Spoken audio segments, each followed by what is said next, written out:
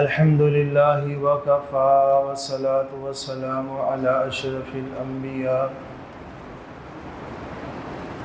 الحمد لله رفع السماء بقدرته ودحى الأرض بمشيئته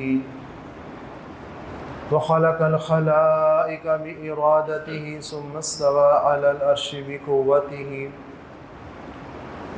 ليس له بديل ولا شريك ولا مشارك ولا مغارب. ونشهد أن لا إله إلا الله ونشهد أن سيدنا ومولانا محمدا عبده ورسوله.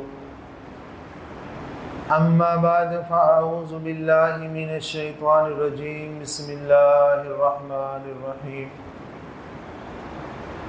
من عمل صالحا من ذكر أو أنثى وهو مؤمن فلنحيينهم حياة طيبة ولنجزينهم بأجرهم بأحسن ما كانوا يعملون. وقال الله تبارك وتعالى في مقام آخر: يا أيها الإنسان ما غرك بربك الكريم الذي خلقك فسواك فعدلك في أي صورة ما شاء ركبك. وقال الله تبارك وتعالى في مقام آخر: إن الدين عند الله الإسلام. صدق الله العظيم. وقال رسول الله صلى الله عليه وسلم: أكرموا أولادكم. وقال رسول الله صلى الله عليه وسلم: كل مولود يولد على الفطرة فأبواه يهودان ينصران. وقال رسول الله صلى الله عليه وسلم: يا أبا سفيان قد جئتكم بكرامة الدنيا والآخرة أسلموا تسلموا، أو كما قال عليه الصلاة والسلام. سبحانك لا علم لنا إلا ما علمتنا إنك أنت العليم الحكيم. سبحانك لا فهم لنا إلا ما فهمتنا إنك أنت الجواد الكريم. ربي زدني علما. سبحانك لا علم لنا إلا ما علمتنا. جس دور پہ نازا تھی دنیا اب ہم وہ زمانہ بھول گئے. جس دور پہ نازا تھی دنیا اب ہم وہ زمانہ بھول گئے. اوروں کو جگانا یاد رہا خود ہوش میں آنا بھول گئے. منہ دیکھ لیا آئینے میں پر داغ نہ دیکھا سینے میں. جی ایسا لگایا جینے میں مرنے کو مسلمان بھول گئے. اذان تو اب بھی ہوتی ہے مسجد کی فضا میں اے انور. جس ضرب سے دل ہل جاتے ہیں وہ ضرب لگانا بھول گئے. معزز سامعین کرام، عزیز دوستوں اور بزرگوں، دین اسلام ایک زندگی گزارنے کا نام ہے. دین اسلام ایک ضابطے کا نام ہے. اس ضابطے کے اندر اور اس قانون کے اندر کچھ حقوق اللہ ہیں، کچھ حقوق العباد ہیں. اللہ کے حقوق پورا کرنا یہ بھی ہماری ذمہ داری ہے مسلمان ہونے کی حیثیت سے، اور حقوق الناس کو پورا کرنا یہ بھی ہماری ذمہ داری ہے. جس طرح شریعت نے ہمیں حقوق اللہ کی ترغیب دی ہے، حقوق اللہ کے بارے میں بتایا ہے، اسی طرح شریعت نے ہمیں حقوق الناس کے بارے میں بھی ترغیب اور احکامات ہمیں بتائے ہیں. بیوی کے کیا حقوق ہیں، خاوند کے کیا حقوق ہیں، حکومت کے اندر رہتے ہوئے جو حکومت کے بندے ہیں، حکمران ہیں، ان کی کیا ذمہ داری ہے.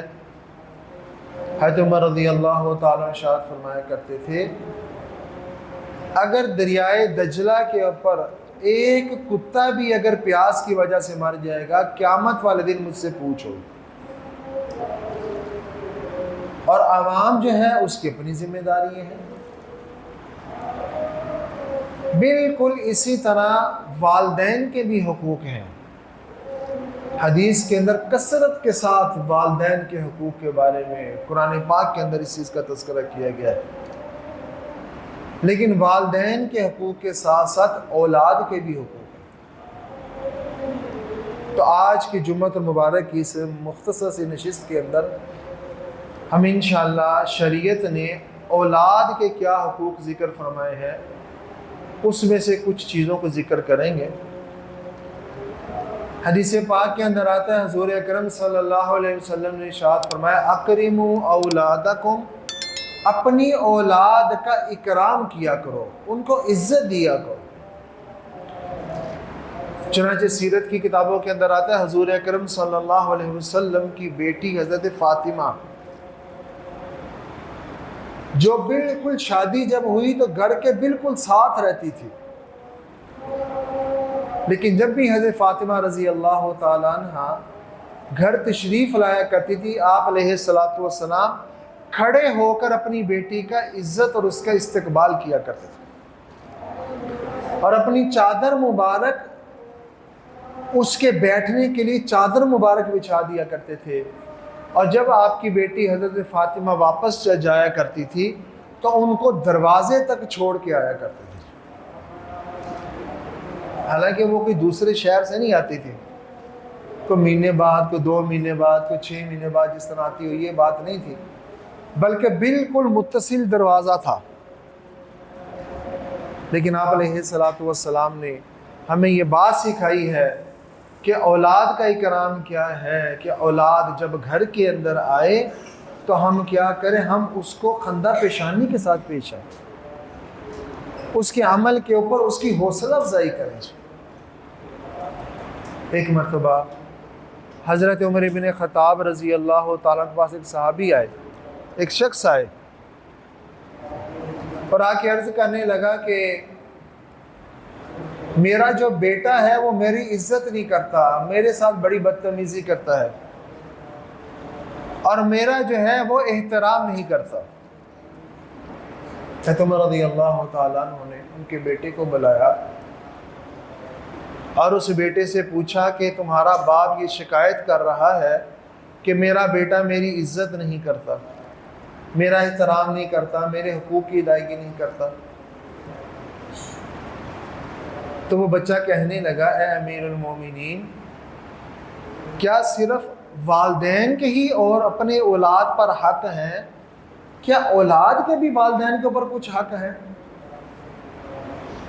حضرت عمر رضی اللہ تعالیٰ نے ارشاد فرمایا ہاں کیوں نہیں، جس طرح والدین کے حق ہیں اولاد کے بھی حق ہیں۔ وہ کہنے لگے پھر آپ بتائیں کہ اولاد کے کیا حقوق ہیں؟ حضرت عمر رضی اللہ تعالیٰ نے ارشاد فرمایا سب سے پہلا حق اولاد کا اپنے والدین پر یہ ہے کہ اس کا والد کسی نیک سیرت عورت کے ساتھ شادی کرے۔ کیوں؟ اس لیے کہ اگر ماں باپ دیندار ہوں گے تو اولاد بھی دیندار ہوگی۔ اور دوسرا حق یہ ہے کہ جب بچہ پیدا ہو جائے تو ماں باپ اس کے بچے کا اچھا نام رکھیں۔ اور تیسرا حق یہ ہے کہ اس کے ماں باپ جب بچہ پیدا ہو جائے اس کے سامنے نیک اعمال کریں، گھر کے اندر اعمال کریں، تاکہ اس کا بچہ ان نیک اعمالوں کو دیکھ کے اس کے دل کے اندر اعمال کرنے کا شوق اور جذبہ پیدا ہو۔ تو وہ بیٹا کہنے لگا میرے باپ نے تو تینوں حق ہی میرے ادا نہیں کیے، اس نے جو شادی کی میری جو والدہ ہے وہ مجوسی عورت کے ساتھ شادی کی۔ سب سے پہلا جو حق تھا کہ میری ماں میری تربیت کرتی، اس نے بجائے کسی نیک صالح دیندار عورت کے ساتھ شادی کرنے کے ایک مجوسیہ عورت کے ساتھ شادی کی ہے، جس کی وجہ سے وہ میری کیا دین کی تربیت کرتی۔ اور دوسرا یہ کہ میرے باپ نے میرا نام جول رکھا ہے، جیم عین اور لام جول، اور اس کا معنی کیا بنتا ہے؟ گندگی کا کیڑا۔ آئی ہمارے ہاں بھی اللہ معاف کرے ایک فیشن بن گیا کہ بچے کا نام رکھنا نہ پوچھتے ہیں کیسے بچے کو نیا نہ دسو بس۔ حالانکہ اللہ کے نبی نے ارشاد فرمایا سمو باسماء الانبیاء، اپنے بچوں کا انبیاء علیہ الصلوۃ والسلام کے ناموں پر نام رکھو جی۔ اور ایک روایت کے اندر آتا ہے اللہ کے نبی نے ارشاد فرمایا احب الاسماء عند اللہ عبداللہ و عبد الرحمن، اللہ کو سب سے زیادہ جو پسندیدہ نام ہے بندوں میں وہ عبداللہ اور عبد الرحمن ہے۔ اور ایک روایت کے اندر آتا ہے اللہ کے نبی نے ارشاد فرمایا جس کے ہاں بچہ پیدا ہوا اور اس نے 4 نام محمد، احمد، حامد اور محمود، یہ 4 نام بتایا اللہ کے نبی نے، محمد، احمد، حامد اور محمود، ان میں سے کوئی نام نہیں رکھا اس نے کسی خیر کو نہیں چنا جی۔ تو ہم کیا کہتے ہیں جی؟ نام نہ کوئی نیا نام ہونا چاہیے، اس کا معنی مفہوم کیا کوئی پتہ نہیں، پھر بعد میں پریشان ہوتے یار بچے کا نام تبدیل کرنا ہے جی، کیوں بھائی پہلے جب رکھ رہے تھے اس وقت نہیں پوچھا؟ تو وہ کہنے لگے کہ میرے والد نے میرا نام جول رکھا ہے، جول کا معنی گندگی کا کیڑا۔ اور تیسرا جو حق آپ نے بتایا کہ والدین نیک صالح اعمال کریں، میری والدہ تو پہلے ہی مشرکہ ہے، وہ گھر کے اندر کہاں پہ اللہ کا نام لے گی، اللہ کی عبادت کرے گی۔ حضرت عمر رضی اللہ عنہ فرمانے لگے تیرا بیٹا تیرے ساتھ جو سلوک کر رہا ہے وہ بالکل ٹھیک کر رہا ہے، تو اسی کا حقدار ہے۔ اس لیے ہمیں صرف اس گمان میں نہیں رہنا چاہیے بچے جی ساڑی عزت نہیں کر دے، بچے جناب علی ان کو ماں باپ کے احترام کا پتہ نہیں ہے۔ ہمیں یہ بھی تو دیکھنا چاہیے کہ اولاد کا اپنے ماں باپ کے اوپر کیا حق ہے، کیا ہم اپنی اولاد کے حقوق کو ادا کر رہے ہیں کہ نہیں کر رہے جی؟ اس لیے حضور اکرم صلی اللہ علیہ وسلم نے ارشاد فرمایا کہ اولاد کے ماں باپ کے اوپر 3 حق ہے۔ سب سے پہلا حق کیا ہے؟ اذا ولد ان یحسن اسمہ، سب سے پہلا حق یہ ہے جب بچہ پیدا ہو اس کا اچھا نام رکھے۔ اور ایک روایت کے اندر آتا ہے کہ سب سے پہلا تحفہ جو ماں باپ اپنی اولاد کو دیتے ہیں وہ اس کے نام کی شکل میں دیتے ہیں، کیونکہ وہ جو پہلا تحفہ ہے، آپ نے بچے کو گھڑی دی، کھلونا دیا، کپڑے دیے، کوئی چیز دی، وہ سال بعد، 6 مہینے بعد، 5 سال کے بعد وہ چیز ختم ہو جائے گی، خراب ہو جائے گی۔ لیکن یہ نام کا تحفہ ایسا تحفہ ہے جو ساری زندگی نہیں، نسل در نسل اس کے ساتھ چلے گا۔ کتابوں میں ایک واقعہ لکھا ہے کہ صحابی تھے، ان کا نام تھا حرب، حرب کے معنی تھا لڑائی۔ وہ کہنے لگے کہ جب ہمارا قبیلہ اللہ کے نبی کے پاس اسلام میں داخل ہونے کے لیے پیش ہوا تو حضور اکرم صلی اللہ علیہ وسلم نے مجھ سے پوچھا کہ تمہارا کیا نام ہے؟ تو میں نے کہا یا رسول اللہ صلی اللہ علیہ وسلم میرا نام تو حرب ہے۔ آپ علیہ الصلوۃ والسلام فرمایا کہ نہیں، تیرا نام حرب نہیں ہے، تیرا نام احسن ہے۔ اس نے اس کہا یا رسول اللہ صلی اللہ علیہ وسلم میرے ماں باپ نے میرا نام حرب رکھا ہے، لہذا میرا دل نہیں چاہتا کہ میں اپنے والدین کے نام کو چھوڑ کے کوئی اور نام رکھوں۔ انہوں نے اپنا نام تبدیل نہیں کیا۔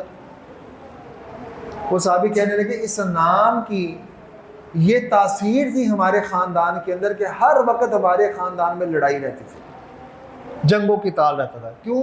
اس لیے کہ حرب کا معنی لڑائی اور جنگ ہے۔ اس لیے علماء فرماتے ہیں انسان کی زندگی پر سب سے پہلا جو اثر ڈالنے والی چیز ہے وہ اس کا نام ہوتا ہے۔ اس لیے حضرت علی رضی اللہ تعالیٰ عنہ کہ ہاں جب حضرت حسن رضی اللہ تعالیٰ عنہ پیدا ہوئے تو حضرت علی رضی اللہ تعالیٰ اللہ کے نبی کے پاس گئے، عرض کہ یا رسول اللہ صلی اللہ علیہ وسلم ہم بہادر قوم ہیں، لہذا میں اپنے بیٹے کا نام حرب رکھوں گا۔ اللہ نہیں، حرب نہیں، ہم تو اس کا نام حسن رکھیں گے۔ حسن کہتے خوبصورت۔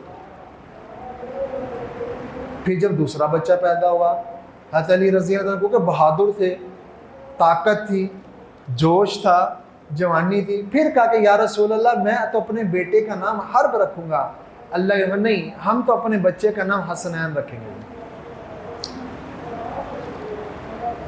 یہ ہے تحفہ۔ تو اللہ کے نبی نے ارشاد فرمایا 3 حق ہیں اولاد کے۔ سب سے پہلا حق یہ ہے اذا والدہ ان یحسن حسن اسمہ، سب سے پہلا حق یہ ہے جب بچہ پیدا ہو جائے اس کا اچھا نام رکھے جائے۔ وَإِذَا أَدْرَكَ أَن يُقْرِئَ الْقُرْآنَ، دوسرا حق یہ ہے کہ جب وہ بولنے لگے سب سے پہلے اس کو قرآن سکھائے جائے۔ آج ہم کیا کرتے ہیں، جب بچہ بولنے لگے سب سے پہلے ہم اس کو انگلش سکھانے کی کوشش کرتے ہیں۔ بچے کو بیچارے کو مدرسے نہیں بھیجتے قرآن پڑھنے کے لیے، سب سے پہلے ہم کوشش کرتے ہیں بچے کو پہلے اسکول بھیجے جائے۔ اور حضور اکرم صلی اللہ علیہ وسلم نے ارشاد فرمایا جس کا اول کلمہ لا الہ الا اللہ ہوگا، آخری کلمہ لا الہ الا اللہ ہوگا، 100 سال کی بھی زندگی گزار لے گا، اللہ اسے کسی گناہ کا مطالبہ نہیں ہوگا۔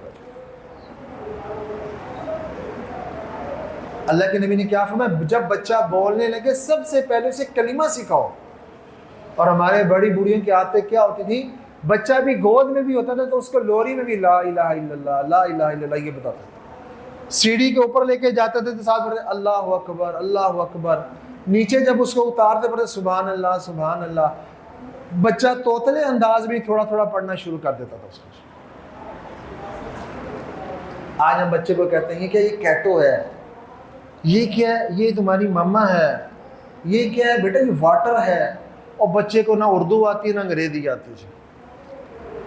خسر فی الدنیا والآخرہ، دین ہم سکھاتے نہیں ہیں، دنیا ہمیں ہمارے قابو میں نہیں آتی، دنیا میں بھی خسارہ ہوتا ہے آخرت میں بھی خسارہ ہوتا ہے۔ اور تیسرا حق جو اللہ کے نبی نے ارشاد فرمایا وہ یہ ہے اذا ادرک ان ینکحہ، جب وہ بچہ بالغ ہو جائے نیک صالح جگہ کے اندر اس کا نکاح کرائے جائے۔